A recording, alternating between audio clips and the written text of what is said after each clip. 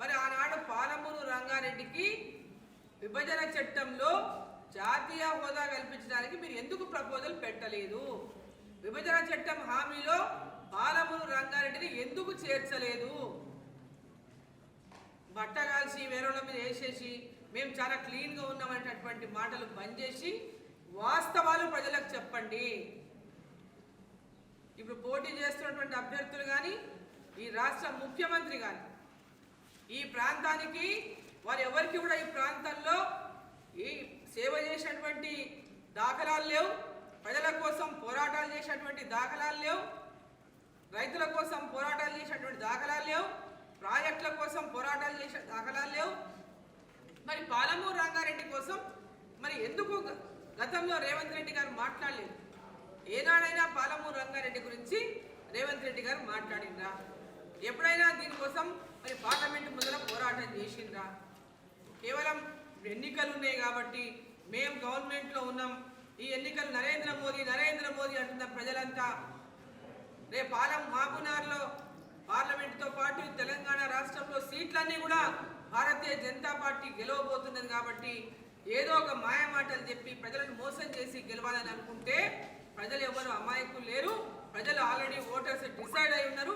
నరేంద్ర మోదీ గారికే ఈ ఎన్నికల్లో పట్టం కట్టాలని, మరి తెలంగాణ రాష్ట్రంలో 10 నుంచి 12 స్థానాలు ఖచ్చితంగా భారతీయ జనతా పార్టీ మరి గెలిపించుకుంటుందని చెప్పి ఈ సందర్భంగా తెలియజేస్తా ఉన్నా. ప్రజలు గెలిపించుకుంటారని చెప్పి ఈ సందర్భంగా నేను తెలియజేస్తా ఉన్నా. బ్యాక్ వాటర్లో పెట్టి నీళ్లు ఆ డిజైన్లు మార్చినందువల్లనే, దాని అప్రోచ్ మార్చినందువల్లనే ఈరోజు ఈ ప్రాంతం అంతా కూడా సస్యశ్యామలం కాకపోవడానికి కారణం. మరి ఈరోజు నేను ఒకటి అడుగుతా ఉన్నా ఈ రాష్ట్ర ముఖ్యమంత్రిని, ఈరోజు పాలమూరు రంగారెడ్డి ఒరిజినల్ డిపిఆర్ ఏదైతే ఉందో ఆ డిపిఆర్కి మీరు ఓకే అనండి. మీరు ఓకే అనడానికి సిద్ధమా? ఈ 7 అసెంబ్లీ నియోజకవర్గాలు పాలమూరు పార్లమెంటులో ఉన్నటువంటి ఈ 7 అసెంబ్లీ నియోజకవర్గాల సస్యశ్యామలం కావాలంటే జూరాల ప్రాజెక్టు దగ్గర నుంచి నీళ్లు తీసుకొని పాలమూరు రంగారెడ్డిని, దీంతో కొంత రంగారెడ్డి జిల్లా కొంత, నల్గొండ కొంత కూడా దీని ద్వారా ఇరిగేట్ అయ్యేటటువంటి విధంగా ఆనాడు డిజైన్ చేసిండు 10 లక్షల ఎకరాలకి. మరి 8 లక్షల ఎకరాలు మన పాలమూరు జిల్లాలోనే మన 7 అసెంబ్లీ వర్గాలకే సాగునీరు అందించే విధంగా ప్రాజెక్ట్ రిపోర్ట్ తయారు చేసింది వాళ్ళ.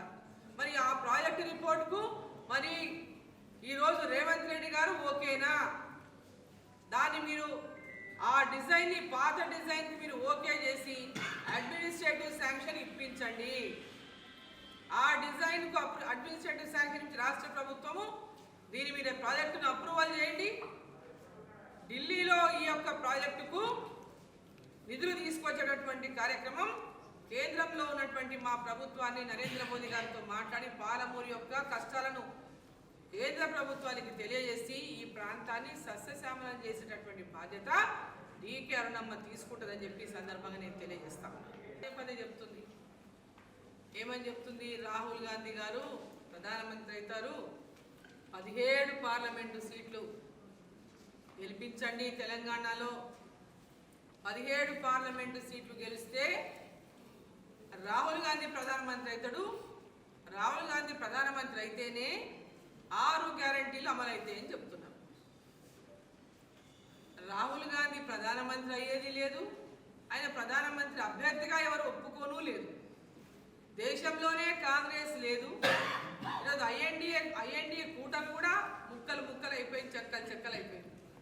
ఈరోజు రాహుల్ గాంధీ పేరు చెప్పి ఓసారి 6 గ్యారంటీలు చెప్పి మోసం చేసి మళ్ళీ కేంద్రంలో రాహుల్ గాంధీ వస్తే ఇస్తామని మళ్ళొకసారి ప్రజల్ని మోసం చేస్తున్నటువంటి కాంగ్రెస్ పార్టీని రేపు పార్లమెంట్ ఎన్నికల్లో ఎక్కడికి వచ్చినా ముందు 6 గ్యారంటీలు మీకు ముఖ్యమంత్రి కావడానికి ఓట్లేసాం, 6 గ్యారంటీల సంగతి మీరు ఇవ్వాలా.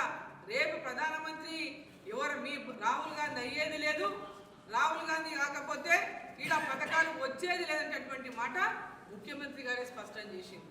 అంటే రాహుల్ గాంధీ కాడు, ఈ 6 స్కీములు రావు. అంటే వారే ఒప్పుకుంటారు నైతికంగా వాళ్ళు ఈ 6 గ్యారంటీలు అమలు చేయలేమని ఈ ముఖ్యమంత్రి గారే ఒప్పుకున్నారు. కాబట్టి నేను ప్రజల్ని కోరుతా ఉన్నా, వాళ్ళు ఏదైతే మోసం చేస్తూ ఉన్నారో రూలింగ్ పార్టీ కాబట్టి మాకు ఓటేస్తేనే ఇంతకుముందు కేసీఆర్ చెప్తుండే, టీఆర్ఎస్ పార్టీ వాళ్ళు చెప్తుంది, ఏ పథకం అమలు కావాలన్నా మాకు ఓటేస్తే అమలు అవుతుంది, మాకు ఓటేస్తేనే మీకు పింఛన్ ఉంటుంది, మాకు ఓటేస్తేనే మీకు ఇల్లు వస్తుంది, మాకు ఓటేస్తేనే రైతు బంధు వస్తుంది, మాకు ఓటేస్తేనే రైతు రుణమాఫీ అవుతుంది. ఇట్లాంటి అబద్ధాలు చెప్పి చెప్పి చెప్పి ప్రజల్ని మోసం చేసి 10 ఏళ్ల తర్వాత మరి ఎంత తీవ్రమైనటువంటి వ్యతిరేకత ప్రజలు ఇంటికి పంపిండ్రో ఓసారి కాంగ్రెస్ పార్టీ నాయకులు కూడా దాన్ని చూసి సోయి తెచ్చుకోవాలని చెప్పి నేను తెలియజేస్తాను. కాళేశ్వరం గురించి చాలా గొప్పలు మాట్లాడినటువంటి ఈ రాష్ట్ర ముఖ్యమంత్రి కాంగ్రెస్ పార్టీ వాళ్ళ కాళేశ్వరం పైన వాళ్ళు తీసుకున్నటువంటి చర్యలేమి, వాటి అతీగతి ఏమి, ఇప్పటిదాకా ఎలాంటి పురోగతే లేదు.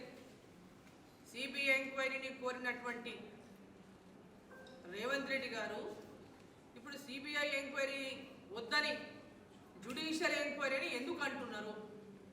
మీరు కుమ్ముక్కైనందుకే కదా మీరు జ్యుడిషియల్ ఎంక్వైరీ అంటున్నారు. ఫోన్ ట్యాపింగ్ల పైన